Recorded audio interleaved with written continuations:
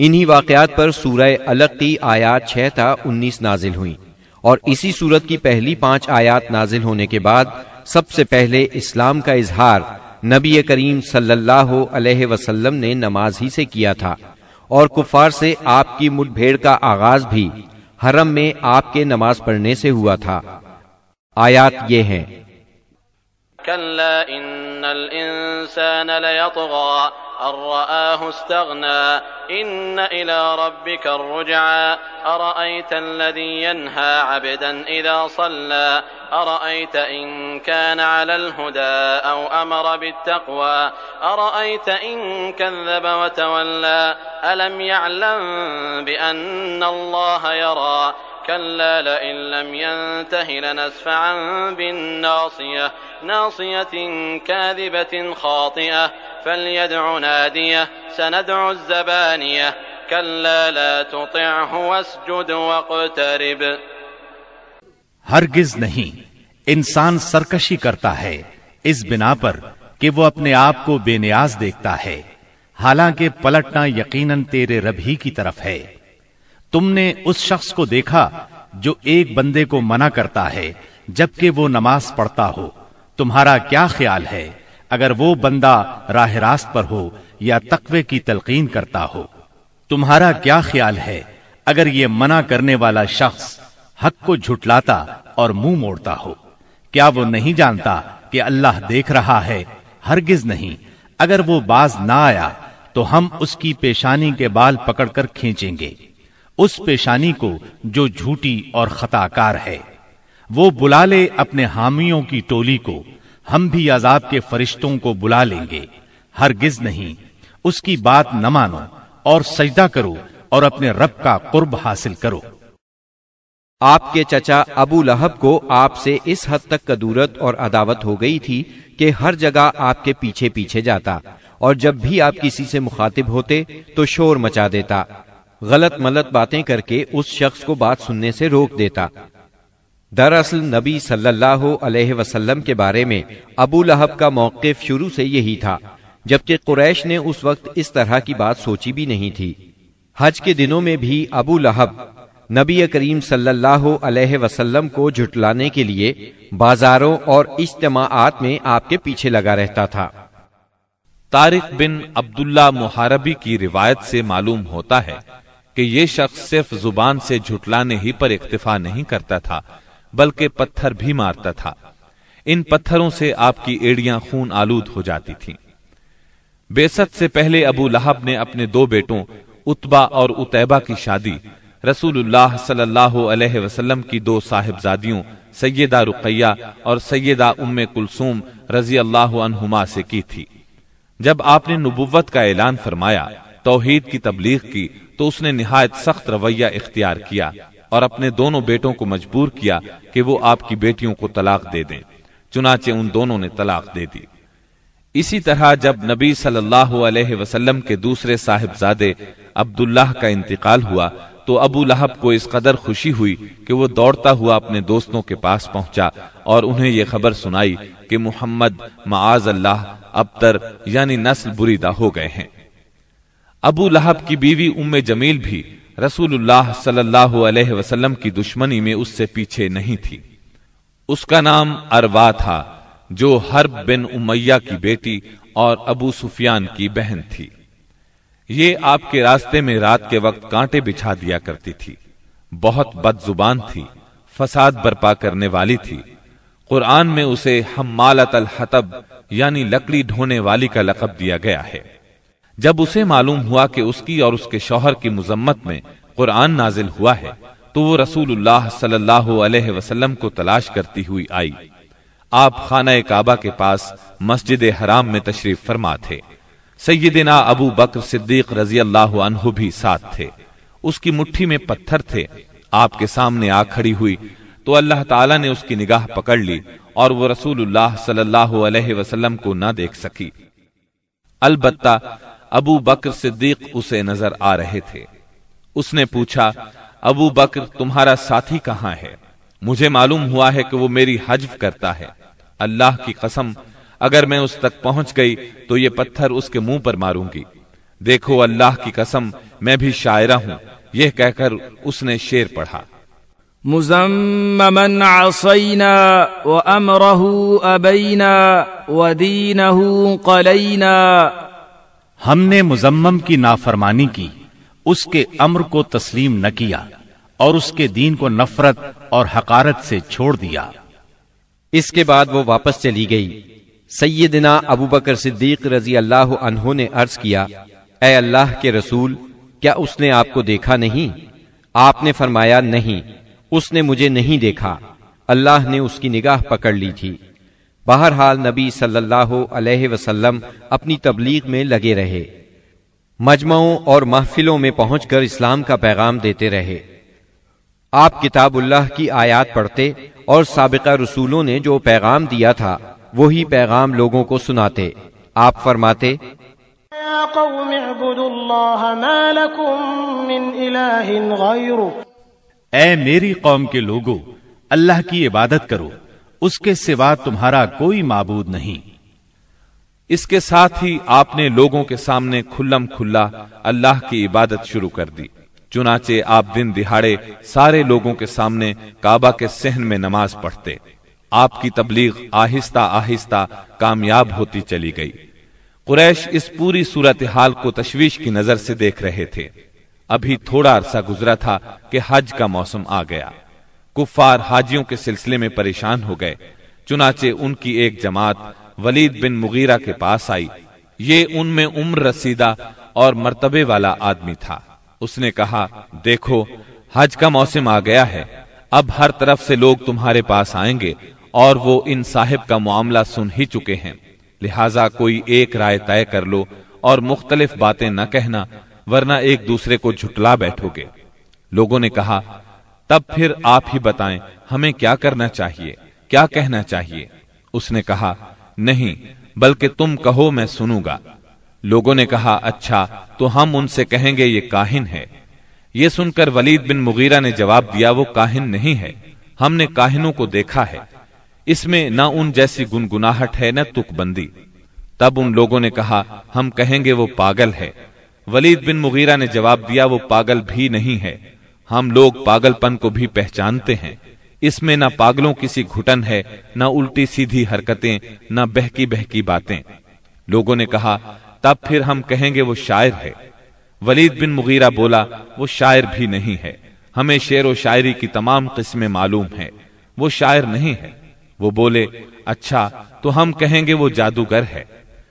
ولید بن مغیرہ نے کہا، وہ جادوگر بھی نہیں ہے، ہم نے جادو اور جادوگر سب دیکھے ہیں، اس میں ان جیسی جھاڑ پھونک ہے نہ گرہ بندی۔ انہوں نے کہا، تب پھر آخر ہم ان سے کیا کہیں، کیا بتائیں، یہ کون ہے، کیا ہے؟ اس نے جواب میں کہا، اللہ کی قسم، اس کی بات میں مٹھاس ہے، تازگی ہے، اس کی جڑ پائیدار اور شاخ پھلدار ہے، تم جو بھی کہو گے واضح ہو جائے گا کہ تم نے جھوٹ کہا ہے۔ ویسے زیادہ مناسب یہی ہے کہ تم کہہ دو وہ جادوگر ہے اور اس کی باتوں میں جادو ہے۔ وہ اس کے ذریعے سے باپ بیٹے میں، بھائی بھائی میں، میاں بیوی میں، آدمی اور اس کے خاندان میں لڑائی کروا دیتا ہے، پھوٹ ڈلوا دیتا ہے۔ چنانچہ یہ بات طے کر کے وہ لوگ وہاں سے اٹھے۔ اب انہوں نے حج کے لیے آنے والوں کی راہوں میں بیٹھنا شروع کیا۔ اب جو بھی ان کے پاس سے گزرتا اسے آپ کے بارے میں بتاتے، انہیں ڈراتے اور کہتے کہ تم لوگ اس شخص کے جال میں نہ آ جانا۔ نتیجہ یہ ہوا کہ لوگوں نے آپ کو دیکھنے اور آپ کی باتیں سننے سے پہلے ہی بچ کر رہنے کی ٹھان لی۔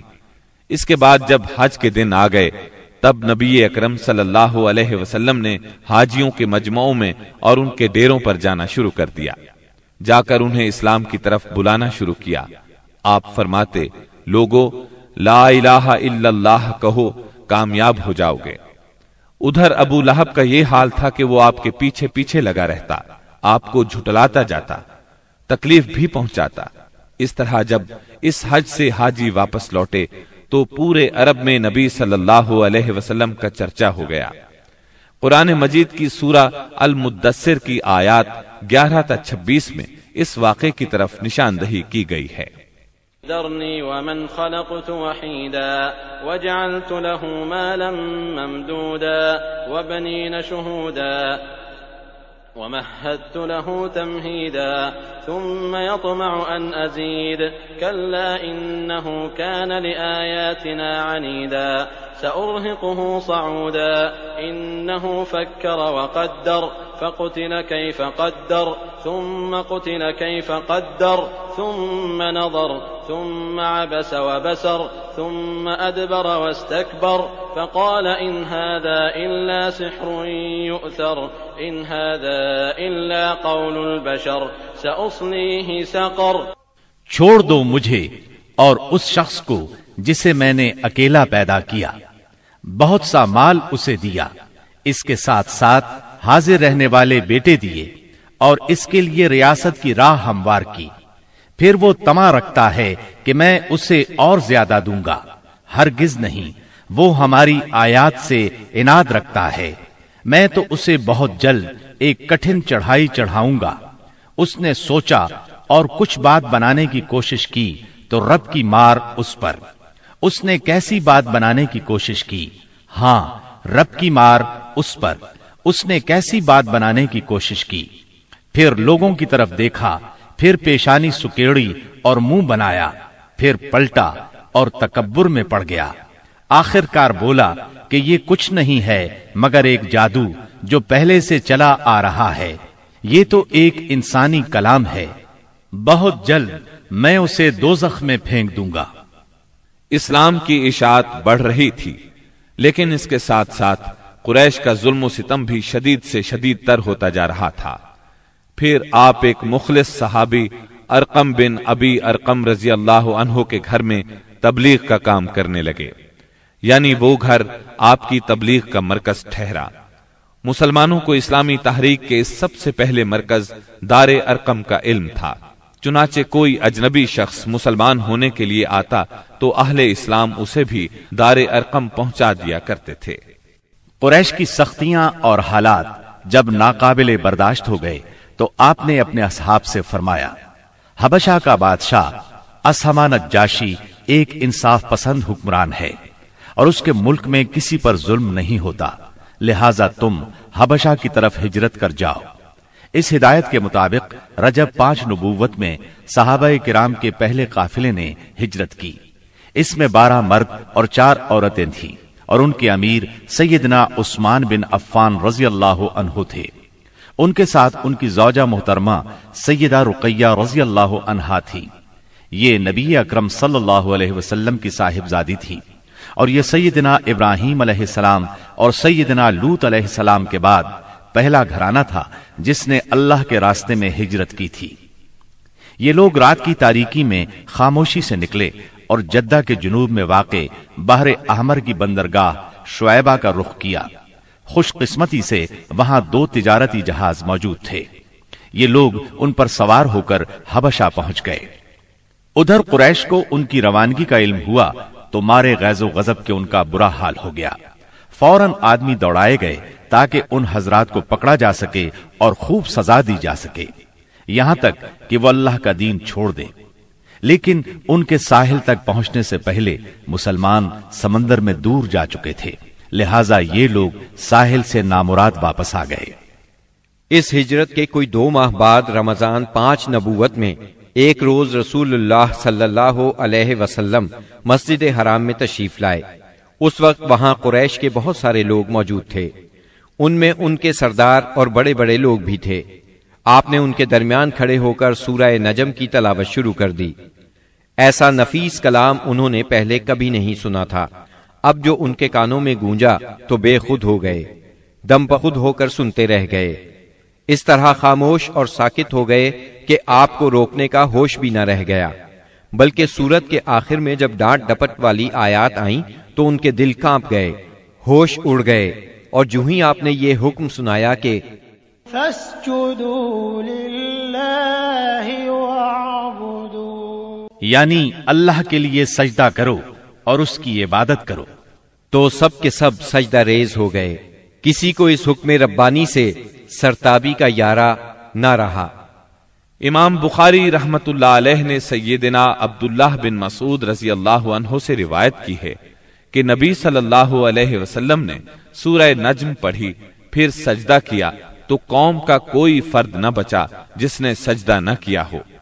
ایک آدمی نے ایک مٹھی کنکری یا مٹی کی لی اور اس کو اپنے چہرے کے اوپر تک لے گیا اور کہا میرے لیے یہی کافی ہے۔ بعد میں میں نے دیکھا کہ وہ حالت کفر میں مارا گیا۔ یہ امیہ بن خلف تھا جو بدر کے دن مارا گیا۔ گویا اس وقت جتنے لوگ تھے ان میں سے بس ایک امیہ بن خلف ایسا تھا جس نے مکمل طور پر سجدہ نہیں کیا، البتہ ایک مٹھی میں کنکریاں لے کر اپنی پیشانی تک لے گیا۔ اس نے سجدہ کرنے والوں کا بس اس حد تک ساتھ دیا تھا۔ اس واقعے کی خبر حبشہ پہنچ گئی، یعنی تمام قریش کے سجدہ کرنے کی خبر۔ اس پر مسلمانوں نے سمجھا کہ وہ سب کے سب مسلمان ہو گئے ہیں۔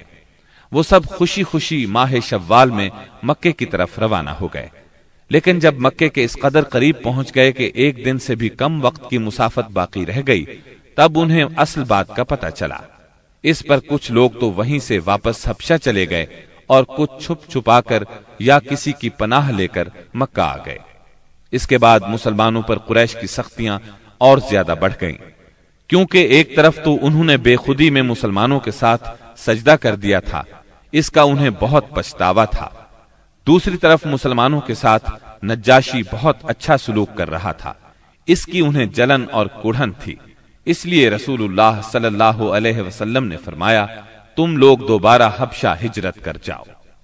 چنانچہ اس مرتبہ 82 یا 83 مرد اور 18 یا 19 عورتوں نے ہجرت کی، اور ظاہر ہے یہ ہجرت پہلی ہجرت کی نسبت زیادہ مشکل تھی، کیونکہ اب قریش چوکنے تھے، مسلمانوں کی نقل و حرکت پر ان کی نظر تھی۔ یہ اور بات ہے کہ مسلمان ان سے زیادہ چوکنے، با حکمت اور ٹھوس قدم اٹھانے والے ثابت ہوئے، اور ان کی تمام تر پکڑ دھکڑ کے باوجود حبشہ کی طرف نکلنے میں کامیاب ہو گئے۔ اس ہجرت سے قریش کے گھر گھر میں کوہرام مچ گیا، کیونکہ قریش کے بڑے چھوٹے خاندانوں میں سے کوئی ایسا نہیں تھا جس کے چشم و چراغ ان مہاجرین میں شامل نہ ہو۔ کسی کا بیٹا گیا تھا تو کسی کا داماد، کسی کی بیٹی گئی تھی تو کسی کا بھائی اور کسی کی بہن۔ ابو جہل کے بھائی سلمہ بن ہشام، اس کے چچا زاد 2 بھائی، اس کی چچا زاد بہن ام سلمہ، ابو سفیان کی بیٹی ام حبیبہ، عتبہ کے بیٹے اور ہند جگر خور کے سگے بھائی ابو حذیفہ، سہیل بن عمرو کی بیٹی سہلہ، عثمان بن عفان، ان کی اہلیہ رقیہ بنت رسول اللہ صلی اللہ علیہ وسلم، زبیر بن عوام، مصعب بن عمیر، عبد الرحمن بن عوف، ابو سلمہ مخزومی، عثمان بن مظعون، جعفر بن ابی طالب اور ان کی زوجہ اسماء بنت امیس رضی اللہ عنہم وغیرہ۔ اس طرح قریب قریب تمام سرداران قریش اور مشہور دشمنان اسلام کے جگر گوشے دین کی خاطر گھر بار چھوڑ کر نکل کھڑے ہوئے تھے۔ اس لیے کوئی گھرانہ ایسا نہ تھا جو اس واقعے سے متاثر نہ ہوا ہو۔ قریش پر یہ بات بہت گراں گزری کہ مسلمان ان سے بچ کر ایک ایسی جگہ جا پہنچے ہیں جہاں ان کی جان اور مال کو کوئی خطرہ نہیں ہے۔ چنانچہ انہوں نے ان حضرات کی واپسی کا منصوبہ تیار کیا۔ عمرو بن عاص اور عبداللہ بن ربیہ کو حبشہ بھیجا۔ یہ دونوں اس وقت مشرک تھے۔ انہوں نے حبشہ پہنچ کر منصوبے کے مطابق سب سے پہلے پادریوں سے ملاقاتیں کی اور انہیں تحفے تحائف دیے، پھر بااثر انداز میں دلیل دے کر اپنی آمد کا مقصد بتایا۔ انہوں نے ان کا ساتھ دینے کا وعدہ کر لیا۔ اس کے بعد یہ دونوں نجاشی کے پاس آئے، اسے بھی تحائف پیش کیے، پھر اصل مقصد کی بات شروع کی۔ انہوں نے کہا، اے بادشاہ، آپ کے ملک میں ہمارے کچھ ناسمجھ لوگ بھاگ آئے ہیں۔ انہوں نے اپنی قوم کا دین چھوڑ دیا ہے اور آپ کے دین میں بھی داخل نہیں ہوئے، بلکہ ایک نیا دین ایجاد کیا ہے، اس کو ہم جانتے ہیں نہ آپ۔ اس لیے ہمیں آپ کی خدمت میں ان کی قوم کے بڑوں یعنی ان کے والدین، چچاؤں اور ان کے قبیلے کے لوگوں نے بھیجا ہے تاکہ آپ انہیں واپس بھیج دیں، کیونکہ وہ لوگ ان پر نگران ہیں اور ان کی خامی اور خرابی کو سب سے اچھی طرح سمجھتے ہیں۔ جب ان کی یہ بات پوری ہو گئی تو منصوبے کے مطابق پادریوں نے بھی ان کی تائید کی، ہاں میں ہاں ملائی۔ نجاشی نے ان کی باتیں غور سے سنی، لیکن سوچے سمجھے اور دیکھے بھالے بغیر فیصلہ نہیں کیا۔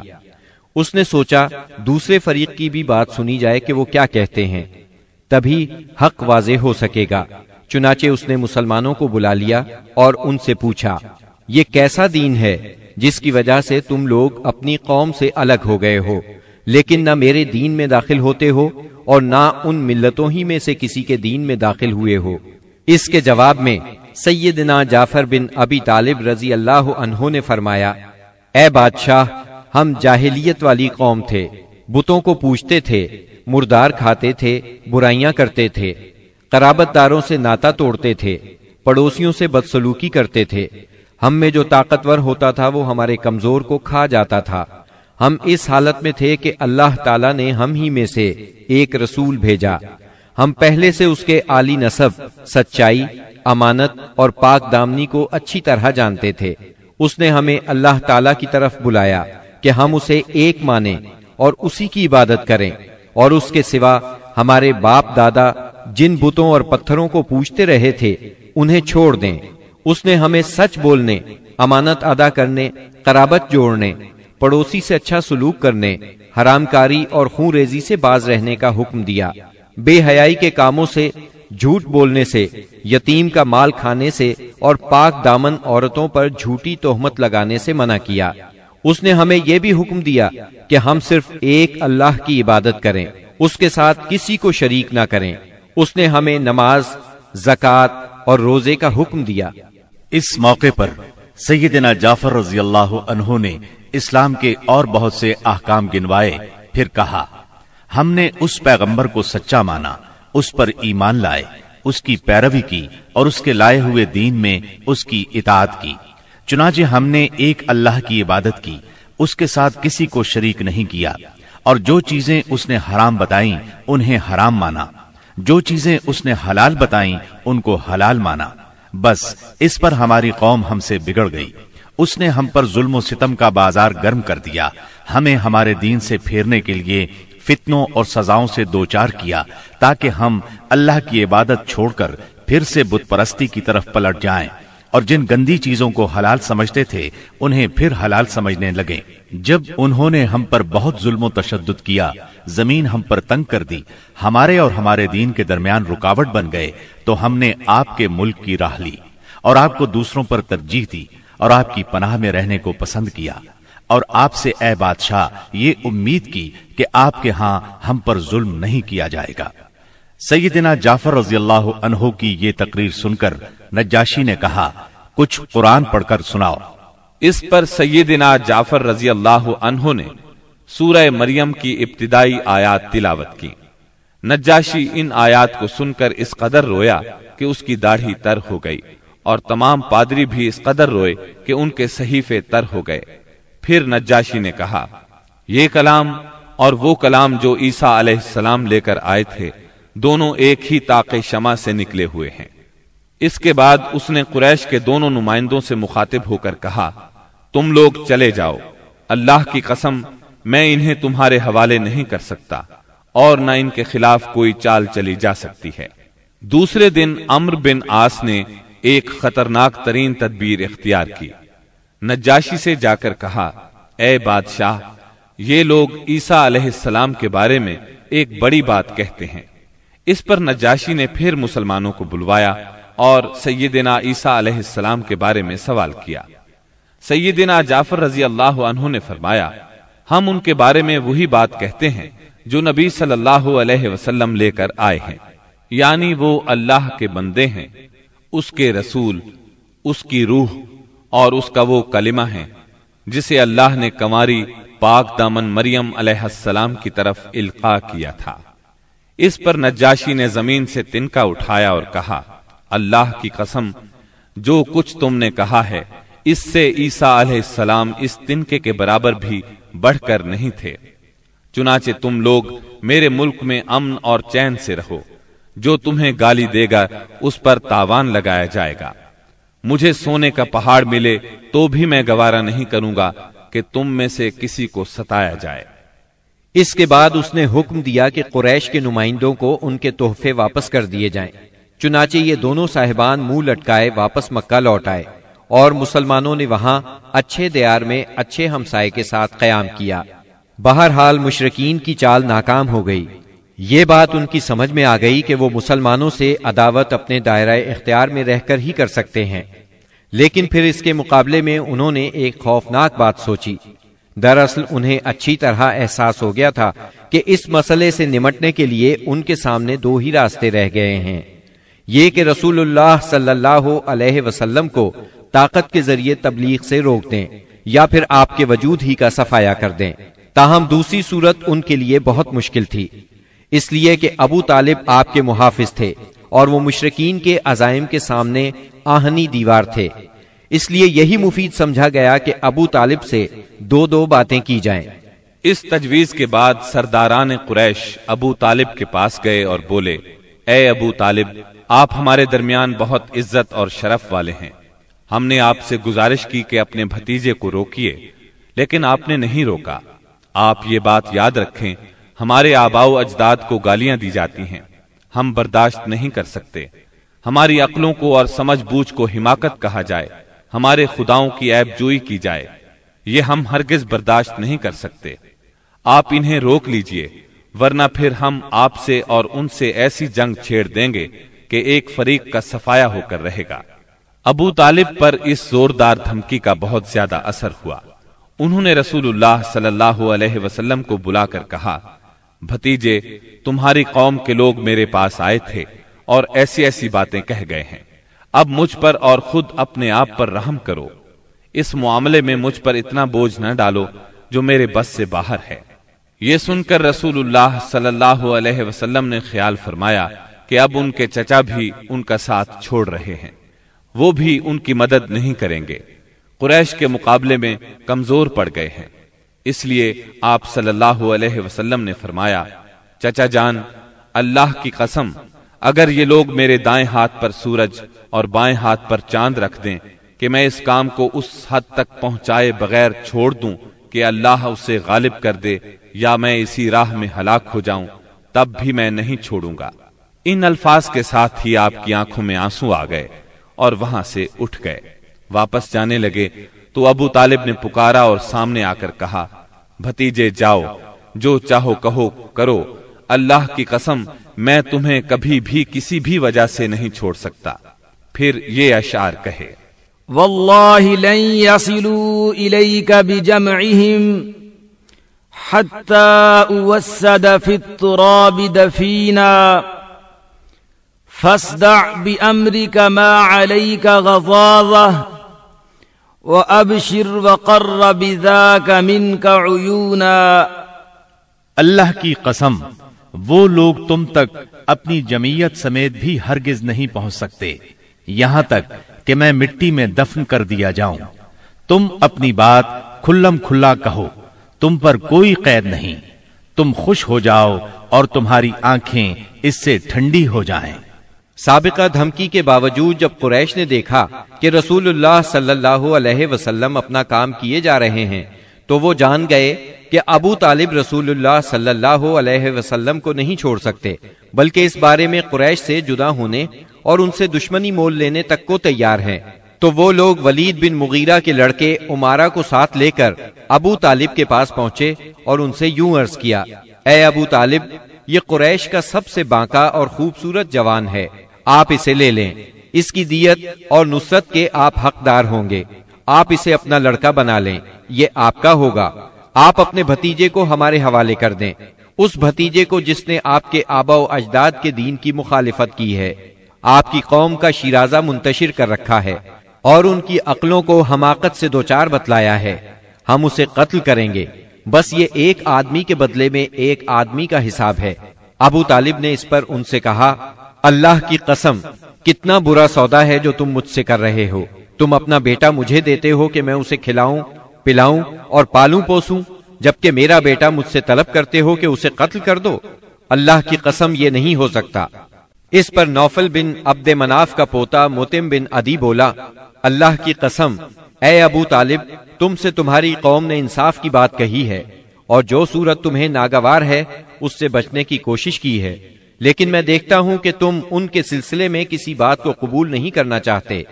اس کی بات کے جواب میں ابو طالب نے کہا، اللہ کی قسم، تم لوگوں نے میرے ساتھ انصاف کی بات نہیں کی، بلکہ تم بھی میرا ساتھ چھوڑ کر میرے مخالف لوگوں کی مدد پر تلے بیٹھے ہو۔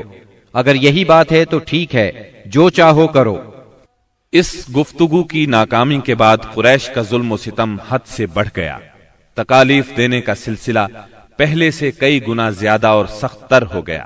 انہی دنوں قریش کے سرکشوں کے دماغوں میں نبی صلی اللہ علیہ وسلم کے خاتمے کی ایک تجویز ابھری، لیکن یہ تجویز بھی ان کے خلاف گئی۔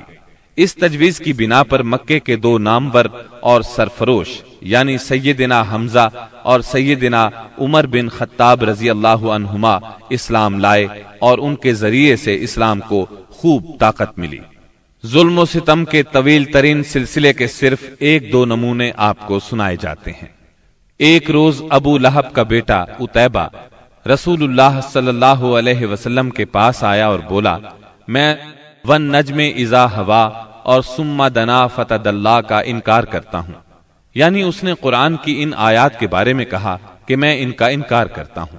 پھر آپ پر حملہ آور ہوا، آپ کا کرتا پھاڑ ڈالا، آپ کے چہرہ مبارک پر تھوکنے کی کوشش کی، لیکن اس کا تھوک آپ کے چہرہ مبارک تک نہ آ سکا۔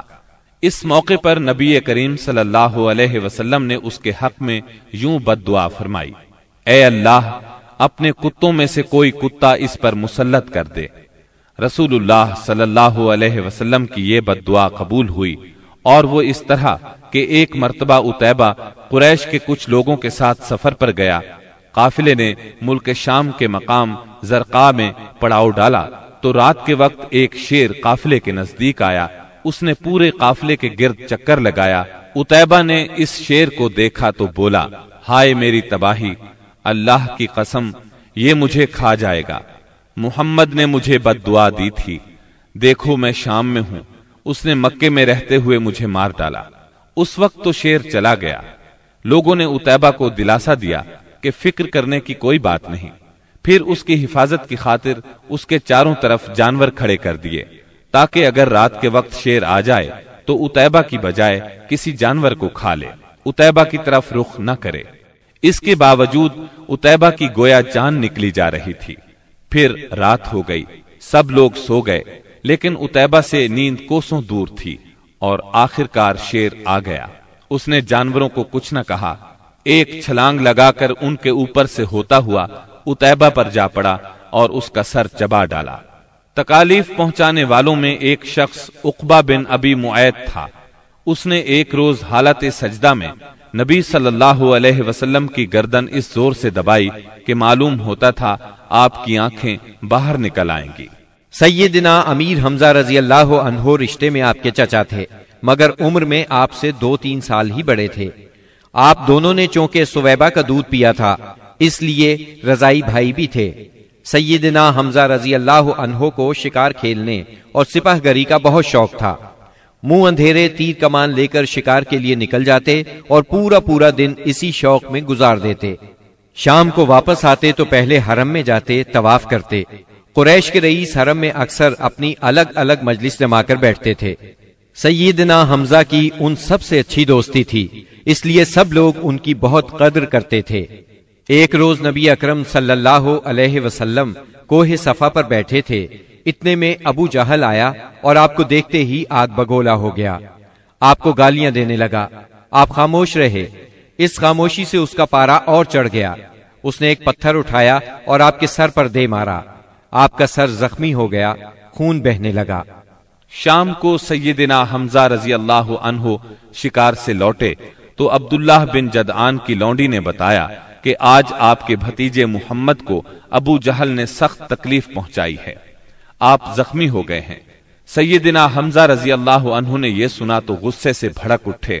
آخر آپ ان کے قریبی عزیز تھے۔ سیدھے ابو جہل کے پاس گئے اور بولے، تو میرے بھتیجے کو گالی دیتا ہے، حالانکہ میں اسی کے دین پر ہوں۔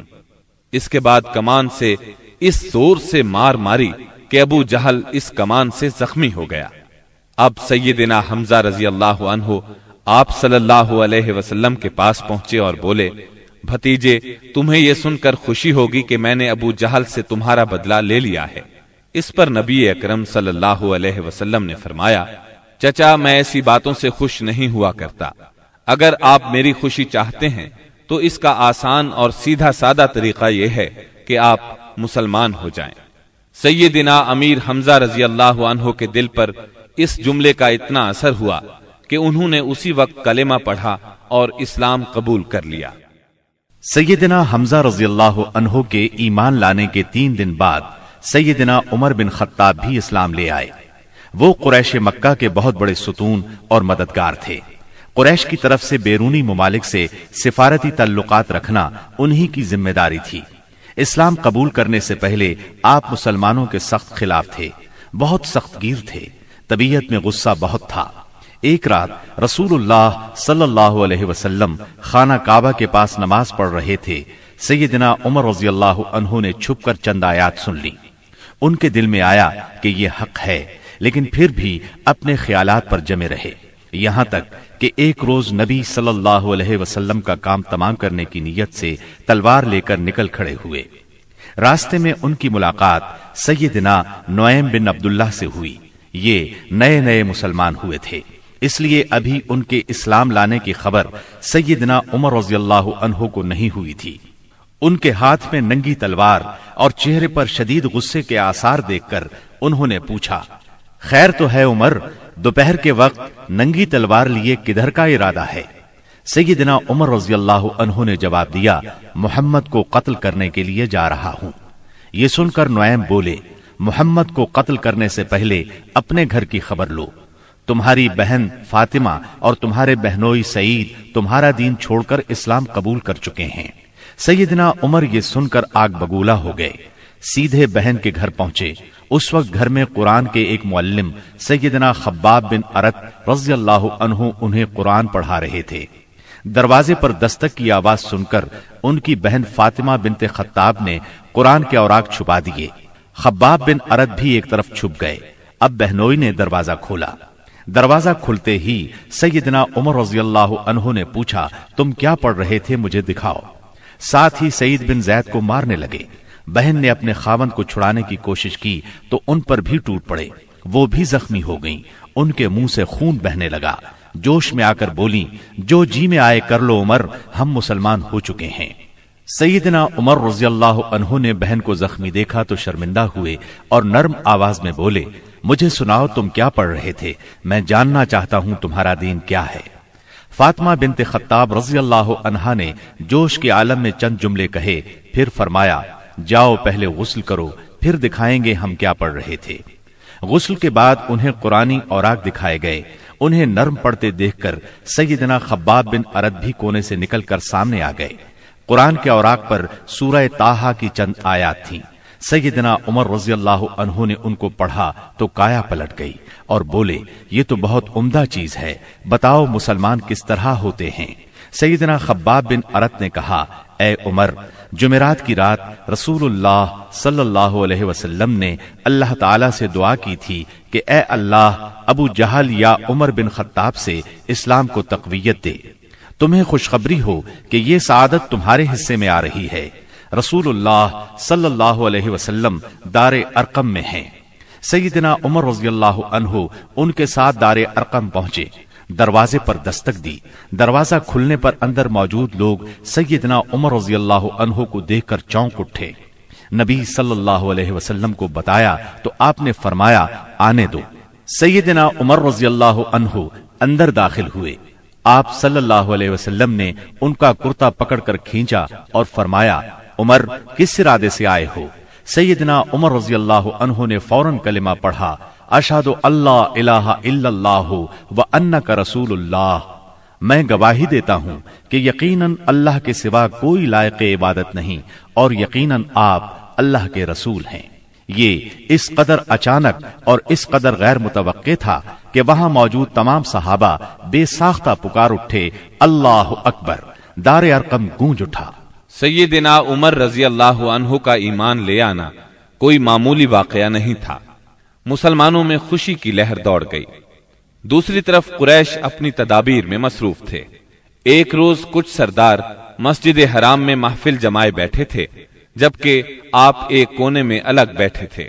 مسلمانوں کی بڑھتی ہوئی تعداد نے قریش کی پریشانی میں بہت اضافہ کر دیا تھا، لہذا اس موقع پر ابو سفیان کے خسر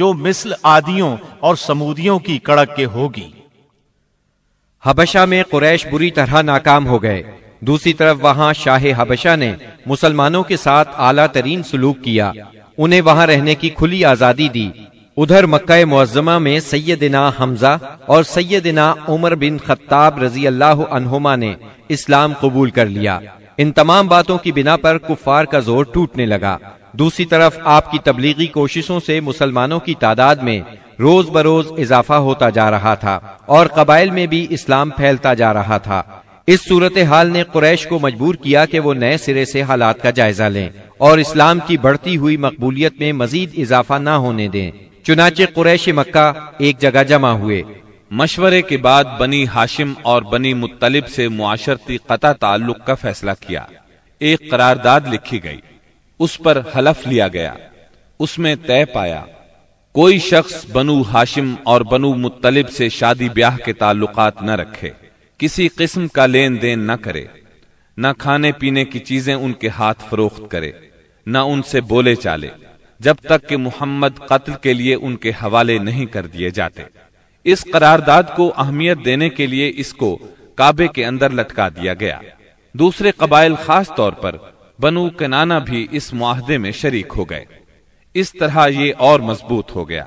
اس معاہدے کی کتابت بغیز بن عامر بن ہاشم نے کی تھی۔ رسول اللہ صلی اللہ علیہ وسلم نے اس پر بد دعا کی اور اس کا ہاتھ یا ہاتھ کی بعض انگلیاں شل ہو گئیں۔ قریش مکہ کے اس معاشرتی بائیکاٹ سے مجبور ہو کر ابو طالب نے اپنے خاندان کے ساتھ شیب ابی طالب میں پناہ لی۔ شیب ابی طالب مکہ معظمہ میں ایک محلے کا نام تھا۔ بنی ہاشم اس میں رہا کرتے تھے۔ شیب عربی زبان میں گھاٹی کو کہتے ہیں۔ یہ محلہ کوہ ابو قبیس کی گھاٹیوں میں سے ایک گھاٹی میں واقع تھا اور ابو طالب بنی ہاشم کے سردار تھے، اس لیے شیب ابی طالب کہا جاتا تھا۔ بنی ہاشم اور بنی مطلب کے ہر شخص نے ساتھ دیا۔ مسلمانوں نے ان کی وجہ سے اور کفار کے خاندانی اور نسبتی تعلق کی بنا پر محصور ہونا قبول کیا۔ بنو ہاشم میں سے صرف ابو لہب نے قریش مکہ کا ساتھ دیا اور وہ شہر ہی میں مقیم رہا۔ بنو ہاشم اور بنو مطلب کے 3 سال اس گھاٹی میں گزرے۔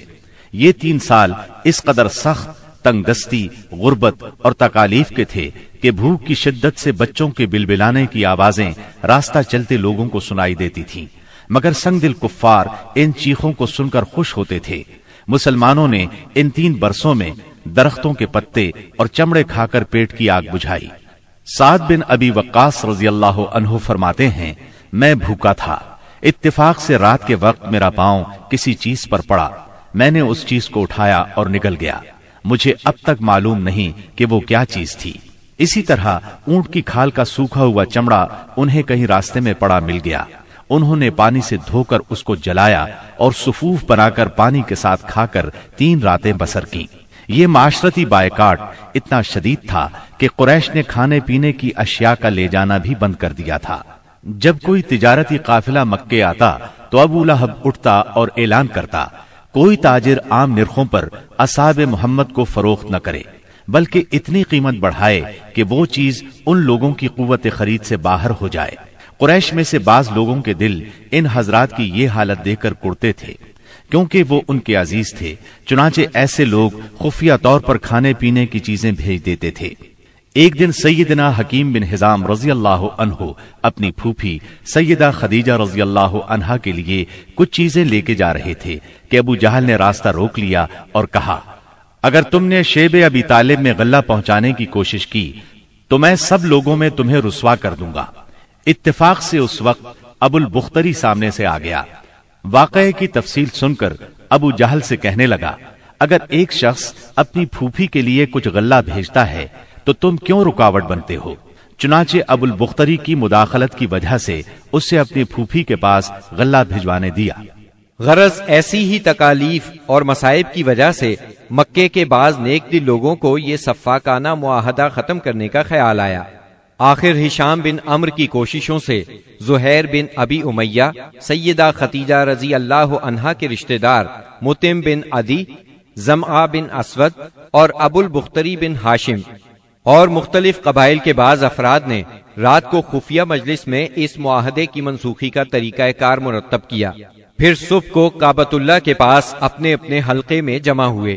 طواف کے بعد پہلے زہیر نے اعلان کیا، جب تک انسانیت کے خلاف اس معاہدے کو ختم نہیں کیا جائے گا میں چین سے نہیں بیٹھوں گا۔ اس پر ابو جہل نے مخالفت کی، لیکن 4 اور نیک دل انسانوں نے اپنے اپنے قبیلے کی طرف سے یکے بعد دیگرے اس بائیکاٹ کو ختم کرنے کا اعلان کیا۔ ابو جہل مجلس کا یہ رنگ دیکھ کر دنگ رہ گیا اور کہنے لگا، یہ معاملہ تو پہلے ہی سے طے شدہ لگتا ہے۔ تکالیف پہنچانے کی پالیسی کے بعد جب قریش نبی کریم صلی اللہ علیہ وسلم کو نفسیاتی حربوں سے شکست نہ دے سکے تو انہوں نے اب ان پر معاشرتی دباؤ ڈالنے کا پروگرام بنایا۔ اس کے لیے ان کے سرپرست اور نگران ابو طالب پر دباؤ ڈالنا ضروری تھا۔ چنانچہ سرداران قریش نے بار بار ان کے پاس جا کر شکایت کی۔ ایک بار تو قریباً 25 سردار ابو طالب کے پاس پہنچے۔ ان میں ابو جہل، ابو سفیان، امیہ بن خلف، عتبہ، اسود بن عبد المطلب اور شیبہ شامل تھے۔ انہوں نے پہلے تو آپ کے خلاف اپنی شکایات بیان کی، پھر کہا، ہم آپ کے سامنے ایک انصاف کی بات پیش کرتے ہیں۔ آپ کا بھتیجا ہمیں ہمارے دین پر چھوڑ دے اور ہم اسے اس کے دین پر چھوڑ دیتے ہیں۔ وہ جس معبود کی عبادت کرنا چاہے کرے، ہمیں اس سے کوئی غرض نہیں، مگر وہ ہمارے معبودوں کی برائی نہ بیان کرے اور یہ کوشش نہ کرتا پھرے کہ ہم اپنے معبودوں کو چھوڑ دیں۔ آپ ہم سے اس شرط پر اس کی صلح کراتے۔ ان کے خیال میں مصالحت کا اس سے اچھا طریقہ کیا ہو سکتا تھا۔ ابو طالب نے نبی اکرم صلی اللہ علیہ وسلم کو بلایا اور ساری بات بیان کی۔ آپ نے جواب میں فرمایا، چچا جان، میں تو ان کے سامنے ایک ایسا کلمہ پیش کرتا ہوں جسے اگر یہ جان لیں تو پورا عرب ان کے تابع اور عجم ان کا جزیہ گزار ہو جائے گا۔ اس پر ان لوگوں نے کہا، تم ایک کلمہ کہتے ہو، ہم ایسے 10 کلمے کہنے کو تیار ہیں، مگر یہ تو بتاؤ وہ کلمہ کیا ہے؟ آپ نے جواب میں فرمایا، لا الہ الا اللہ۔ اس پر وہ سب غصے اور تکبر سے اٹھ کھڑے ہوئے۔ اس وقت وہ جو باتیں کہتے ہوئے وہاں سے نکلے ان کا ذکر قرآن کریم کی سورہ سعد کی آیات 1 تا 7 میں آیا ہے۔ صاد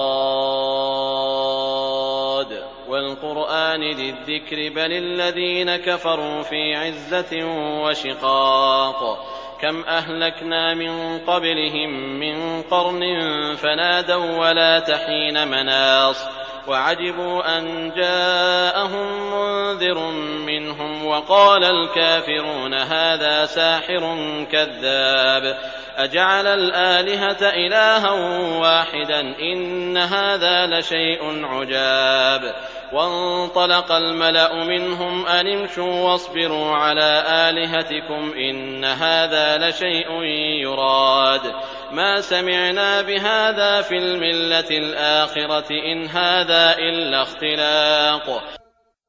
صاد، اس نصیحت والے قرآن کی قسم، بلکہ کفار غرور و مخالفت میں پڑے ہوئے ہیں۔ ہم نے ان سے پہلے بھی بہت سی امتوں کو تباہ کر ڈالا تو انہوں نے ہر چند چیخ پکار کی، لیکن وہ وقت چھٹکارے کا نہ تھا۔ اور کافروں کو اس بات پر تعجب ہوا کہ انہی میں سے ایک انہیں ڈرانے والا آ گیا اور کہنے لگے کہ یہ تو جادوگر اور جھوٹا ہے۔ کیا اس نے اتنے سارے معبودوں کا ایک ہی معبود کر دیا؟ واقعی یہ بہت ہی عجیب بات ہے۔ ان کے سردار یہ کہتے ہوئے چلے کہ چلو جی اور اپنے معبودوں پر جمے رہو، یقیناً اس بات میں کوئی غرض ہے۔ ہم نے تو یہ بات پچھلے دین میں بھی نہیں سنی، کچھ نہیں، یہ تو صرف من گھڑت ہے۔ نبی اکرم صلی اللہ علیہ وسلم اور آپ کے صحابہ کرام رضی اللہ عنہم کو اس مصیبت سے نجات تو مل گئی، لیکن قریش کے 3 سالہ بائیکاٹ نے بہت سے حضرات کی صحت برباد کر دی تھی۔ آپ شہر میں تشریف لائے ہی تھے کہ آپ کے چچا ابو طالب بیمار پڑ گئے اور چند روز بعد ہی وفات پا گئے۔ صحیح بخاری میں مسیب رحمت اللہ علیہ سے مروی ہے کہ جب ابو طالب کی وفات کا وقت آیا تو نبی کریم صلی اللہ علیہ وسلم ان کے پاس تشریف لے گئے۔ اتفاق سے اس وقت ابو جہل اور عبداللہ بن ابی امیہ بھی ابو طالب کی عیادت کے لیے موجود تھے۔ رسول اللہ صلی اللہ علیہ وسلم نے فرمایا، چاچا جان، آپ لا الہ الا اللہ کہہ دیجئے، بس ایک کلمہ جس کے ذریعے میں اللہ تعالی کے پاس آپ کے لیے حجت پیش کر سکوں گا۔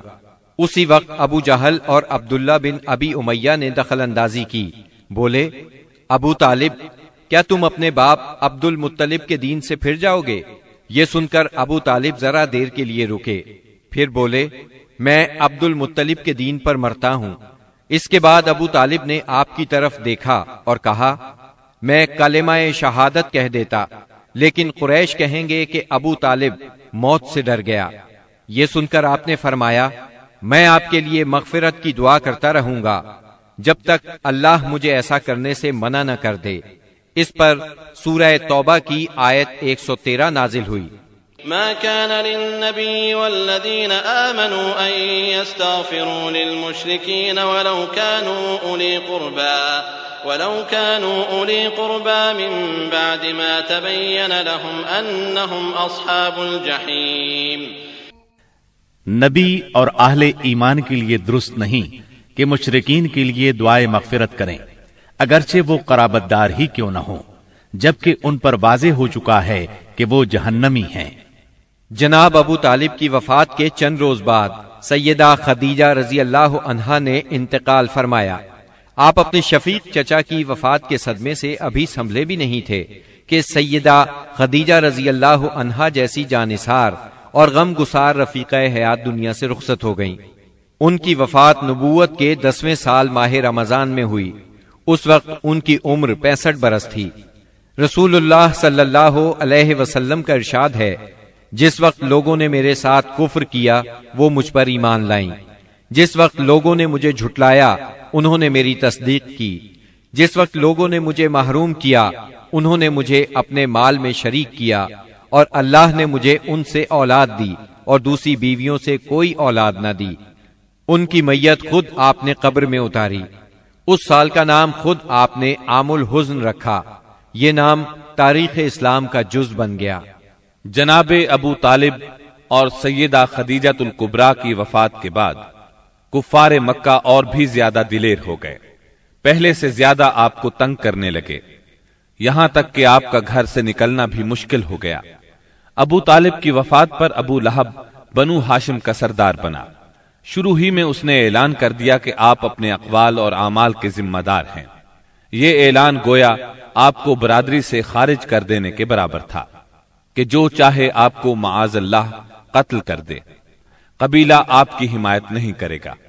آخر کار آپ شوال 10 نبوت اواخر مئی یا اوائل جون 619 عیسوی کو اس ارادے سے طائف تشریف لے گئے کہ بنی ثقیف کو اسلام کی طرف بلائیں، اور اگر وہ اسلام قبول نہ کریں تو انہیں کم از کم اس بات پر آمادہ کریں کہ وہ آپ کو اپنے ہاں چین سے بیٹھ کر کام کرنے کا موقع دیں۔ طائف مکہ معظمہ سے 60 میل کے فاصلے پر پہاڑوں میں ایک سرسبز و شاداب مقام ہے، جو اپنی خوشگوار آب و ہوا کی وجہ سے اہل حجاز کے لیے ایک صحت افزا مقام کی حیثیت رکھتا ہے۔ جس وقت آپ نے طائف کا سفر اختیار کیا، وہاں قبیلہ بنو ثقیف برسر اقتدار تھا۔ آپ کو اس وقت کوئی سواری تک میسر نہیں تھی۔ مکہ معظمہ سے طائف تک کا سفر آپ نے پیدل طے کیا۔ آپ کے ساتھ صرف زید بن حارثہ رضی اللہ عنہ تھے۔ راستے میں جس قبیلے سے گزر ہوتا اسے اسلام کی دعوت دیتے، لیکن کسی نے بھی دعوت قبول نہ کی۔ وہاں پہنچ کر آپ نے 10 دن قیام فرمایا۔ اس قیام کے دوران ثقیف کے 3 سرداروں کے پاس گئے جو آپس میں بھائی تھے، جن کے نام یہ ہیں عبد یالیل، مسعود اور حبیب۔ ان کے والد کا نام عمر بن عمیر ثقفی تھا۔ آپ نے انہیں اللہ کی اطاعت اور اسلام کی مدد کی دعوت دی۔ انہوں نے انکار کر دیا اور خوف محسوس کیا کہ کہیں ان کا نوجوان طبقہ آپ کی تبلیغ سے متاثر نہ ہو جائے۔ مجبوراً آپ کو طائف چھوڑنا پڑا۔ جب آپ وہاں سے نکلے تو ثقیف کے سرداروں نے اپنے ہاں کے لفنگوں کو آپ کے پیچھے لگا دیا۔ وہ راستے کے دونوں طرف دور تک آپ پر آوازیں کستے چلے گئے۔ انہوں نے گالیاں بھی دیں اور پتھر بھی مارے۔ اس قدر پتھر مارے کہ آپ زخموں سے چور ہو گئے، اور اس قدر خون نکلا کہ آپ کے جوتے مبارک بھی